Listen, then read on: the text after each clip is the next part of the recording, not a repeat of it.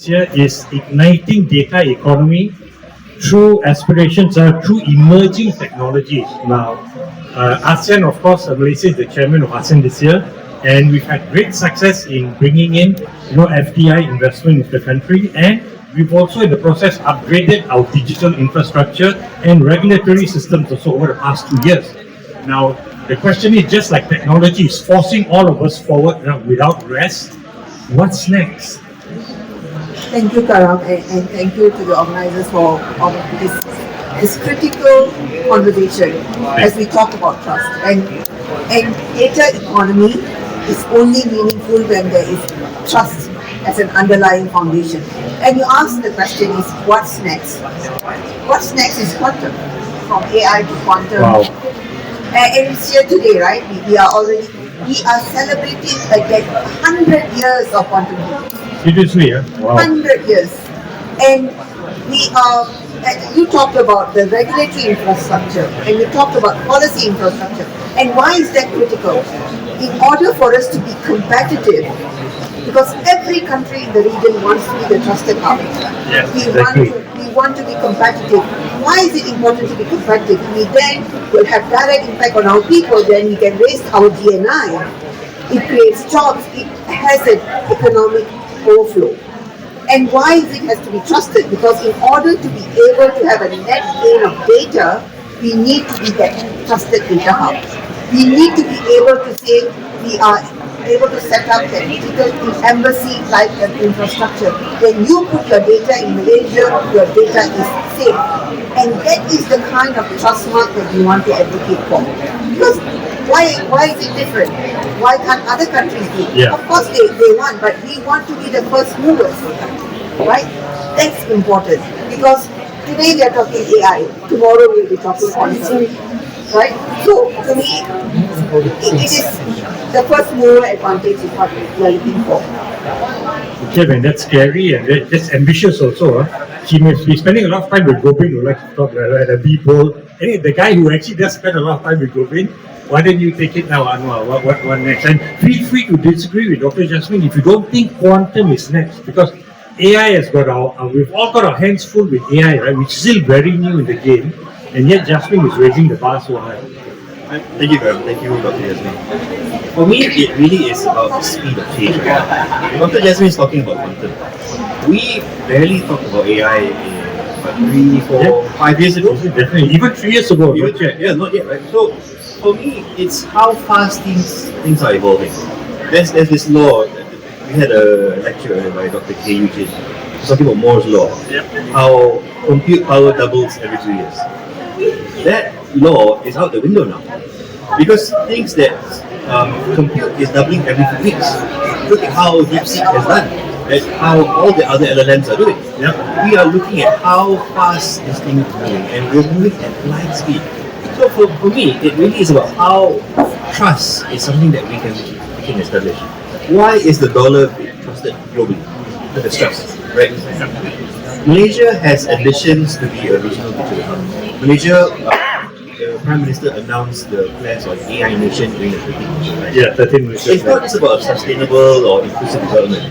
How can data that comes from Malaysia, if it's hosted in Malaysia, how are data centers in Malaysia? What do we need to do, what do we need to have as a basic foundation to be able to say these are trusted data?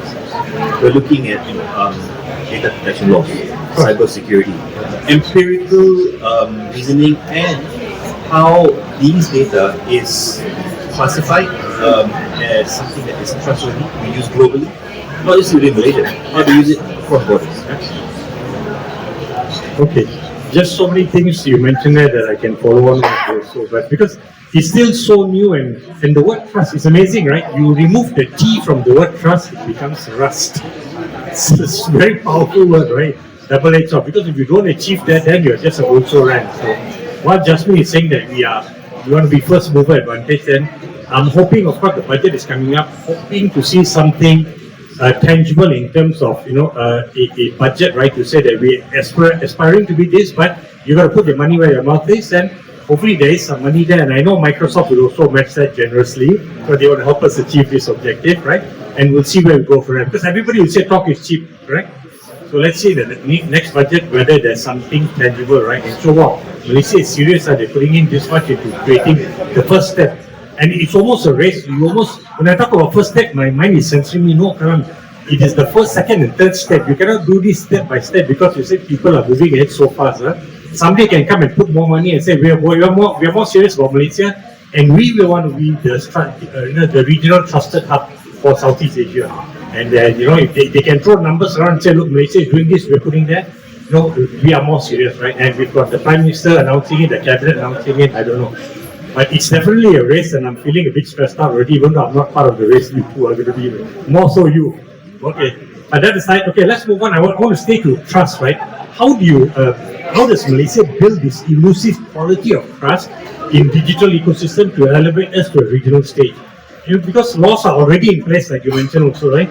And to secure world-class infrastructure is already here. I mean, Malaysia has long had world-class infrastructure, right?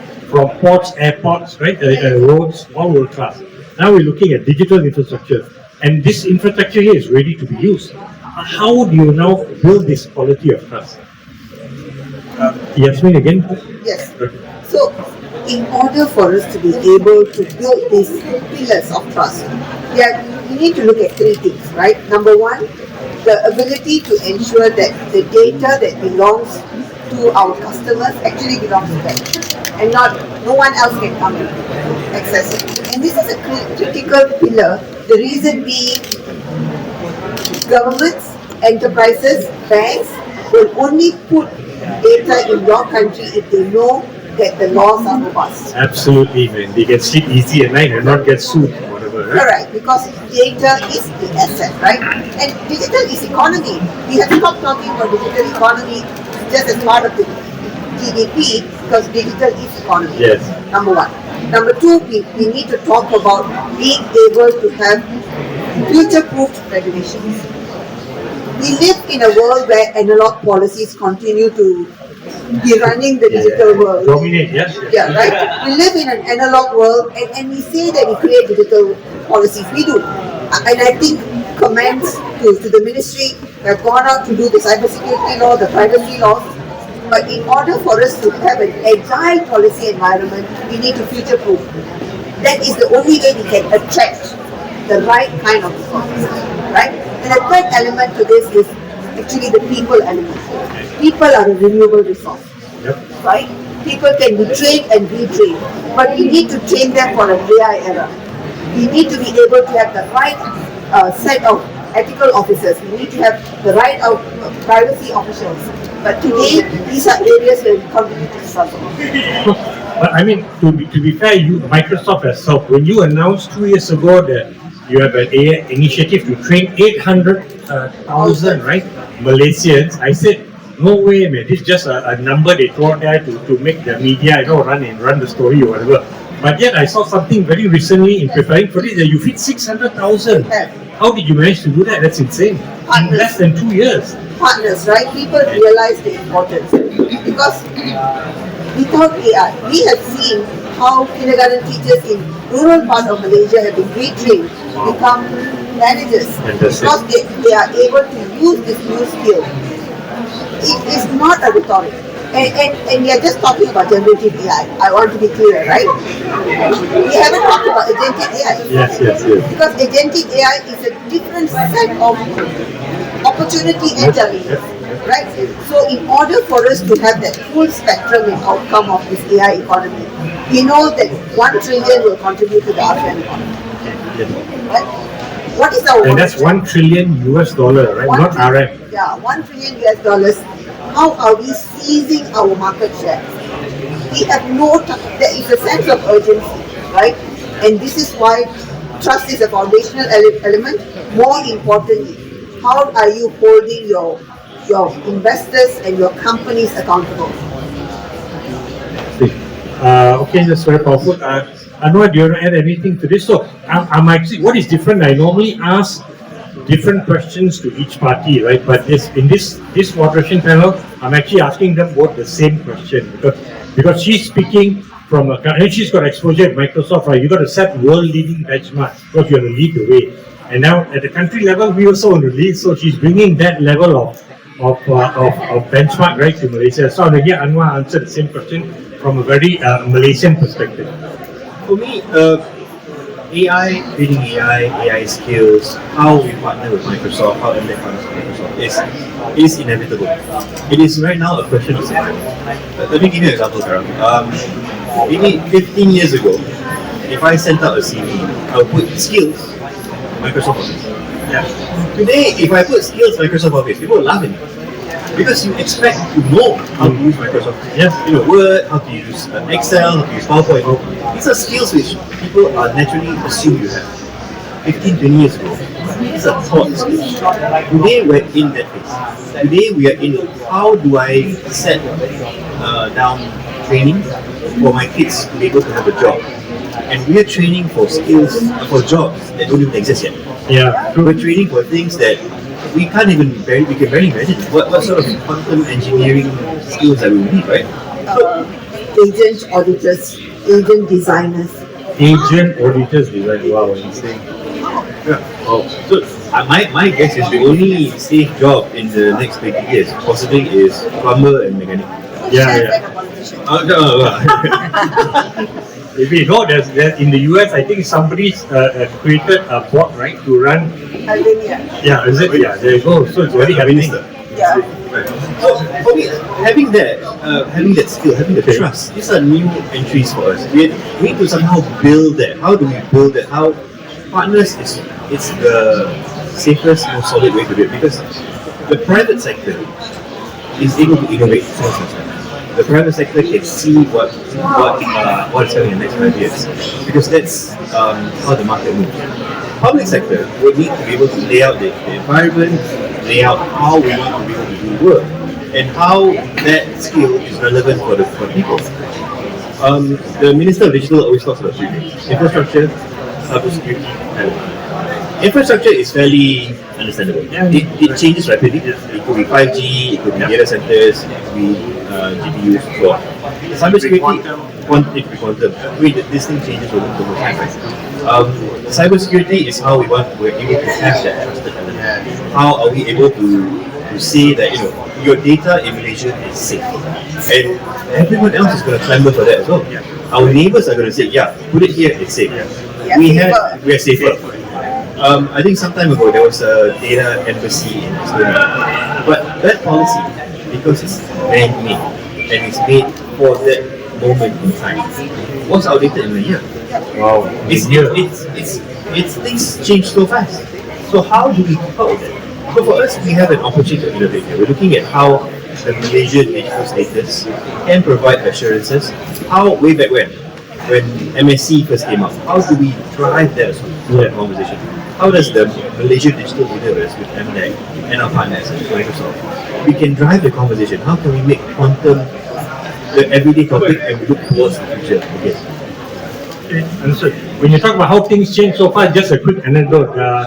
My son is studying computer science year 3, and he was telling me yesterday that knowing what I know now, I want to advise his younger brother to go to university. He said if you're interested in computer science or technical or anything to do in the world, cybersecurity or software or AI or analytics, say you don't need to go to university, because he says he's learning so much more on the job. But then I'm telling him, but it's because you're studying to get a degree in the university, is that the company gave you a job to work in their AI department or whatever, right? Analytics. And that cost him pause for thought. But imagine how young kids are also thinking, right? Knowing what I know now, no need. I said, good luck convincing your mother that, okay? That the brother doesn't need to go to university. But I do want to say this. 33 years ago when I graduated with a law degree, the lifespan of my law degree was 15 years. 15 years, okay. The lifespan of a degree today, hardly 15 months. Oh, you're kidding me. Oh, yeah, That's so scary to hear. Yeah, and you need 4 years to train someone in university. Right? So this is why this partnership, the private sector partnership, we bring the market knowledge, relevance, because we are industry ready, right? Correct. How do we build on those micro credentials? So bringing back to the point about people being a renewable resource, we need to make sure that in the upcoming budget, government talks about skilling in a very different way. It cannot be business as usual, right? The skilling scholarship has to be different. How do we encourage this generation that is social media influenced to actually think about becoming scientist influencers, becoming data scientist influencers, becoming, right? And how do you now become also constantly learning? Because if you want to be relevant, you can't just be a national workforce. You need to be a global digital workforce, because that's how countries are competing. Oh, absolutely. Can I just jump in? Yep. So, I'm taking from what Dr. Okay, after you jump in, Jasmine, you don't jump in, I'll move to question 3. Okay, no more jumping. No more jumping. But I think I'm trying to echo her point. Having a degree or certificate, that is the trust that you have. That this guy can do work. Yes. So, how does that change? How does micro credentials work? Would a 3-month apprenticeship suffice in view of a paper degree? Okay. How does a 3-month fellowship with AI training provide you the same level of trust? How can I work with MNCs or the government to say, I am qualified, trust me that I can deliver the job? These are the skills and rethinking that we need to do in today's world. And if someone comes up and says, look, I'm homeschooled, I learn on YouTube, versus I went to University Malaya and I spent 4 years studying for my computer science degree. I mean, how do you make that distinction? Well, you've got to be bold, like Jasmine is saying, right? And interesting, by the way, this is not new. I mean, there's a gentleman sitting here in the front row. Of course, he went to MIT, right? So, like almost 30 years ago, he did a degree in computer science and electrical engineering. Back then, it was considered one degree. Now it would be separate degrees. And when he did his master's, it was a working master's. So he ended up earning a patent in submarine, underwater communication technology. As a student, right, he already had a patent, joint patent to his name. So maybe we've got to go back and these things used to work before, right? We'll go back to some of those things that worked, right? And be bold enough to apply them today. They may say, hey, no, this is all, look, something new. Maybe we don't need to. But no more jumping. I want to move on to my next question, because talk about this initiative, right? Tell us more about what an initiative to build trust in Malaysia as a regional digital and AI hub could look like, because I don't know. So maybe... Yeah, I'm happy to take this because this is an important partnership with the government. Yeah, and she's going to talk about how to do it now. Okay. Yeah. So, what are the gives and gets? What are the commitments investors like Microsoft can make to the country? It's not just saying, recognize us, recognize our data center as a digital embassy or a trusted Malaysia Digital. Why that trust mark is critical? The trusted Malaysia Digital is critical because we too are reciprocating with our commitment to the country, right? The kind of commitment where we say that we have the highest international standards, but when we elevate the standards, the industry elevates the standards. It's not just about the investors. It's the data center industry. It's an entire industry, an entire ecosystem that gets elevated. So the commitment, the ask is not just a recognition. Microsoft is given the digital embassy status or trusted MD status, first company. No, it's about how we are collectively elevating a national standard. We have all ambitions. We want to be an AI nation. In order for us to do that, our digital infrastructure, our info infrastructure has to be truly robust. And it is not just about the MNCs it's an entire ecosystem. And we want to collectively raise it for the entire industry in Malaysia and then set the path, be the pathfinders for the region. We have to be, right? If you say we want to be the first. Anuar, you want to add to that? For me, digital, AI technology has blurred borders. We are a 33 million market. Yep.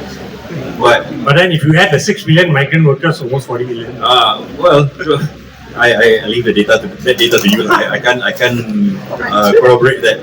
But how data has blurred the borders is amazing.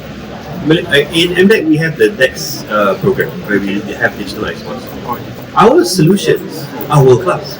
Our solutions are not just like Kampung Kampung. It's being used in big companies, it's being used in Europe, it's being used in ASEAN. And these are things which I think we need to be very proud of. So we're leading a study on ASEAN framework on cross-border cloud computing. I wasn't aware. It's ongoing now, is it? It's ongoing. Okay. It provides common principles to be adopted by ASEAN member states. So if we have a baseline, we can achieve that. How we are able to drive the market, how we are able to have common standards to set the trust, the level of trust, and be able to manage the cross-border data hosting. This gives us a trusted data corridor and the mechanism to implement how this works. So if we have, I go back to my border thing, right? We are driving it. We are the chairman of ASEAN. If this is an ASEAN agenda, how other ASEAN member countries can adopt it, how they can receive it to say, yes, this is something I can believe in. Malaysia is leading it. ASEAN as a bloc is a real superpower in having the trust, data management, and the data economy. My guess is from digital economy, we will soon evolve to a data economy. The data is the asset. I am very sure, and I read this, that the Middle East, they are really into very aggressive into having more compute, to having a data repository, to having a data banks. These are all echoed as well in the 30 plan. How do we drive that sort of conversation? Yes, we will start at home. Yes, we will start in the next 5 years. But the ambition that is set up by the Malaysian government, by the Madani government, is bigger than just 33 million. It's 700 million. It's global. So ultimately, how can Malaysia Digital be the trusted brand, be able to drive the conversation for our neighbours globally, and how that is accepted? It has to be through the partners. How can we have a trusted data center, a trusted data repository, and the trust is something that is eventually it is currency. Interesting. When you mentioned data as the currency, I think on Tuesday night, Monday night, we had so many holidays.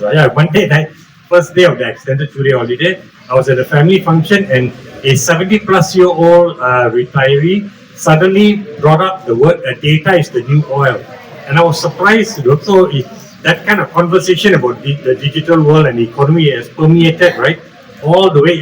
When I say this is permeated up, right? Because of course young kids and people in the workforce understand it, but it's so prevalent, and he also understood that. I was amazed, and I said, "Wow, Uncle, you know about data." And he almost beat me up when I said, "Uncle, you know about data."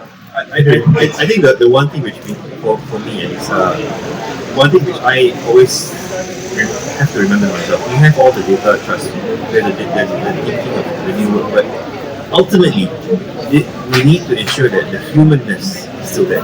The niyat, the naitu, the iman, and how we drive these conversations is human. So ethics is also very critical. And how the trust of it, how I will not harm my neighbor, so to speak.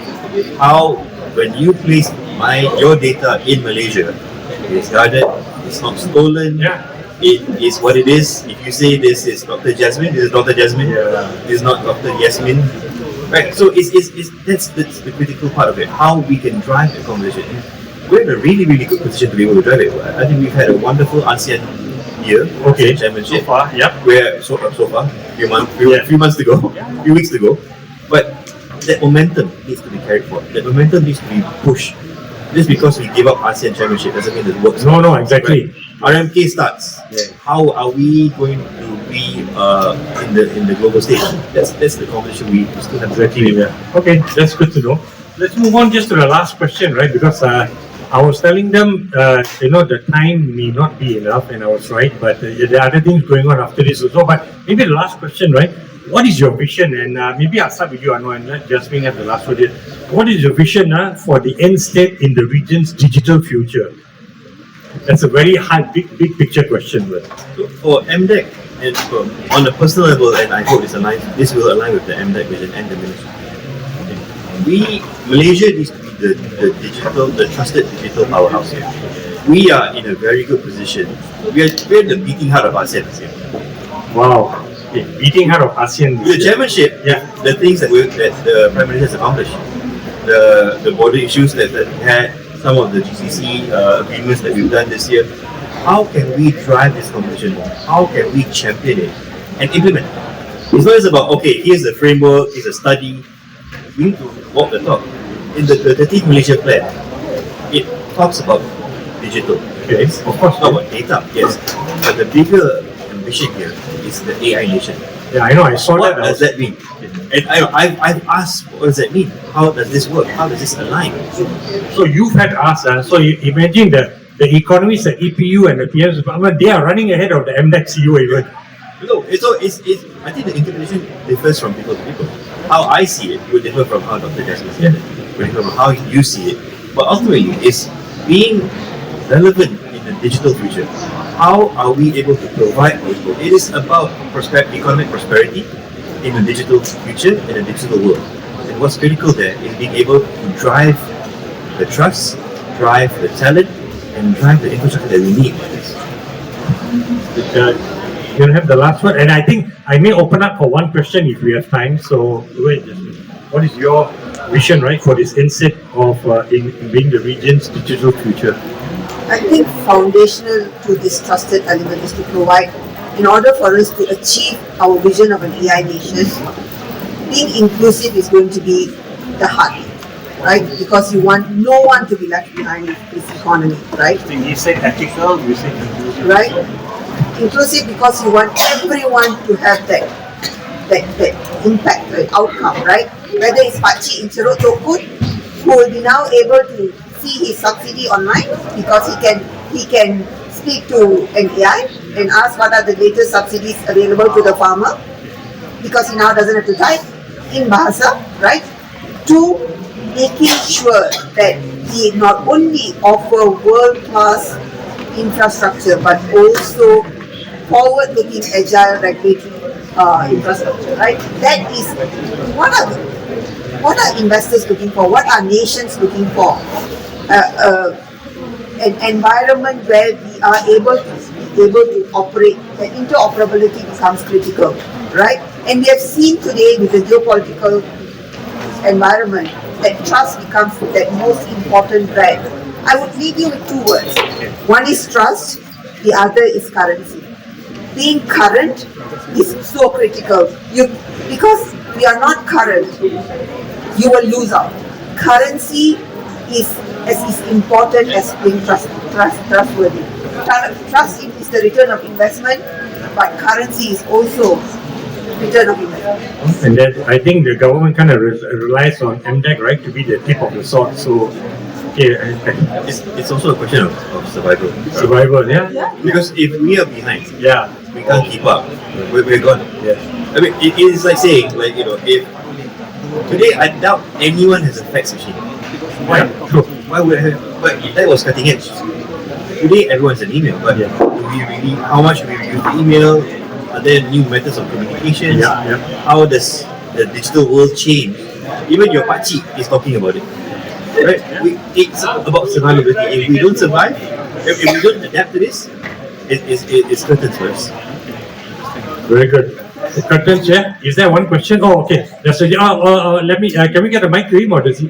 I can pass him my mic there. No, it's better for the camera. Okay. Thank you. I have one question. Malaysia tends to become an AI nation by 2030, and we need talented workers. And what can be done to solve the problem of talent gap as well as migration of workers? Thank you. So, I think the brain drain issue is still as old as time for us. Yeah, exactly. I was in Johor recently where I was told every year there's a 30,000 gap in talent because once they're trained, they cross the border, and that's a compounded problem. Now we have new skills. How do we have enough jobs to be able to provide? How do we have enough time to train them for these jobs? Because if these jobs are not filled up almost immediately, it goes away. Yeah. It goes to our neighbors, or it's replaced by technology, right? So for the government, it is critical that we partner. We cannot do this on our own. We cannot I mean, I can only speak for MDEC, but MDEC cannot be able to go up to all the universities to say, we need to work on this. By the time it's implemented, it's 6 months down the road, it's outdated. I mean, let's be honest, my procurement takes 6 months. I don't know what else, how long it will take. So, being partners with the private and public partnership, this is critical because, like I said earlier, the private sector can see how things are move faster. Microsoft had a target of 800,000, they've trained 600,000 in less than a year? 2 years. In 2 years. Under 2 years. In under 2 years. That's an amazing amount. And we need to also see what sort of training end result, what a success look like for the talent issue. Is it in 4 years you get a degree and then yes, success, or you train on the job, it's a vocational training, it's a fellowship, it's an apprenticeship, and then at the same time you study, you're out faster and then you're able to adapt. It's about preparing for the job of the future, the jobs that don't exist. And again, I want to echo what Dr. Jasmine said, it's inclusivity as well. Where do we want to go for this? We cannot leave anyone behind. And that's how I would see being able to solve this. If I could add to what En.Anuar said, I think we need to distinguish. We have a talent gap, but we also have skills gap, right? Because we have humans who are talented, we just need to give them skills. But our challenge today is we cannot do peanut butter, peanut butter spreading. We also need to start thinking about building depth in sectors, right? Making sure that we have deep talent in sustainability, AI and sustainability, AI in security, AI in shipping, logistics. We are not doing enough of that. You have single data, we talked about data. Today in a university that has medical degree, assuming we have a data on dengue, how that data on dengue can be used by, I don't know, whether the Ministry of Health or the department of the medical department versus the department that the IT department that can now probably think about robotic mosquitoes to address. We don't, because we all like to keep our data to ourselves. We are not cross-pollinating data even in universities where we could use some of this information. So what I'm trying to say is, coming back to building talent, we have to stop teaching. I as a lawyer, we are such a traditional, I am 100% sure we are still quoting laws from House of Lords in teaching from 200 years ago. I have a colleague here who is also a lawyer, probably can echo this, right? But if we continue to teach in the oldest way and hope that it will be miraculously be transported to the 21st century, 500 years of quantum mechanics is not going to change. Interesting. Just to just quickly recap, because you mentioned about the talent gap and you gave the example of Johor, because my very good friend has moved back from KL to Johor because he was born there, and he said because of the opportunity of the Singapore, the Johor Singapore, right, the economic corridor. So very interesting. But he said that people get tired, you're traveling every day on motorbike or car and all, right? Very few are driving, you're taking motorbike or you're taking a public transport. And he said that if salaries, and Johor salaries are actually already higher than many places in Malaysia, so they're forced to, right? But he said if salaries in Johor could go up another like 40%, people would not go to Singapore, right, to work. Then you could keep the talent here because there's wear and tear on you, right? So that's one way, but you try to ask the business in Johor, hey, increase your salary by 40%, they probably look for the nearest rotan and vacuum, right? So it's very hard. But that's an age-old, like I'm not saying it's an age-old problem. And I like what Jasmine said, we've got to be inclusive so that we increase the depth of the talent pool, right? Not just those who go to college or university are attractive, right? When we've got others also who don't go to university, but they've got with micro-credentials, you've got enough skills and experience that then, hey, even if we lose, 8 or 10 people out of 50 to another country, right? We've got enough here to meet the needs of our entrepreneurs here, like, Azhar, right? From Nervosis. So we need to increase the depth. And Microsoft is playing its part, MDEC, yes, and I think more there will be to come. Very good challenge, you said, right? Let's see whether the government does anything very different and radical in the upcoming budget, right? In terms of talent and how we want to train our people also. So good question, thank you. It's an age-old question, but it's good in the relevance of this discussion. With that now, I think I actually have to end. We've gone quite overboard already. Thank you so much for all of you who are watching at home, right, in the comfort of your homes. But you're going to miss out on the networking sessions. They're going to happen soon, so too bad about that. But again, all of you who are here also, great. We'll maybe see you at the networking session, and there'll be one more day of panel sessions live stream from tomorrow. So do catch us soon. Take care, everyone. Thank you.